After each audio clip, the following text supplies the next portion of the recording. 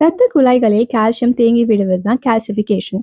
எலும்புகளை பலமாக்கும் அதே விஷயம் தான் தவறாக இரத்த குழாய்களில் படிந்து விடும்போது அந்த குழாய்கள் உறுதியானதும் இல்லாம வளைந்து கொடுக்காம மாறுது. இயல்பாக நம்முடைய இரத்த குழாய்கள் விரிந்து சுருங்கி இரத்த ஓட்டத்தை சீராக வைத்திருக்கும். ஆனால் அவை உறைந்து விட்டால் இதயம் அதிக அழுத்தத்துடன் வேலை செய்ய வேண்டி வருகிறது. இரண்டு முக்கியமான வகை கால்சிஃபிகேஷன் உள்ளது. இன்டிமல் கால்சிஃபிகேஷன் என்ற ஒன்று ஆத்திரோஸ்கிலரோசிஸ் என்று சொல்லப்படும் கொழுப்பு மற்றும் கொலஸ்ட்ரால் படிவத்துடன் தொடர்புடையது.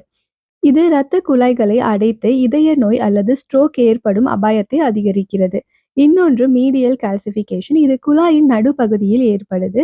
இது பெரும்பாலும் நீரிழிவு நோய் மற்றும் சிறுநீரக நோய் உள்ளவர்களிடம் காணப்படுது. இது குழாய்களை மிகவும் கெட்டியாக்கினாலும் அவை அடைக்கப்படாமல் இருக்கும். வயது, அதிக இரத்த அழுத்தம், அதிக கொலஸ்ட்ரால், புகைப்பிடித்தல், நீரிழிவு, சிறுநீரக நோய் போன்றவை அபாய காரணங்கள். இந்த பிரச்சனையை மருத்துவர்கள் சிடி ஸ்கேன் போன்ற சோதனைகள் மூலமா கண்டறிய முடியும். ஏற்கனவே ஏற்பட்ட கால்சிஃபிகேஷனை அகற்ற முடியாது, ஆனால் அதன் வளர்ச்சியை தடுக்க முடியும். அதற்காக இரத்த அழுத்தம், சர்க்கரை, கொலஸ்ட்ரால் கட்டுப்பாட்டில் வைத்தல், புகைப்பிடித்தலை நிறுத்தல், சீரான உணவு, உடற்பயிற்சி ஆகியவை அவசியம். சில சமயங்களில் ஸ்டாட்டின் போன்ற மருந்துகள் அல்லது சிறுநீரக நோயாளிகளில் பாஸ்பேட் பைண்டர்கள் பயன்படுத்துகின்றனர். மொத்தத்துல இரத்த குழாய் கால்சிஃபிகேஷன் என்பது நமது இரத்த குழாய்கள் முதிர்ந்து சேதமடைவதற்கான ஒரு எச்சரிக்கை அறிகுறி.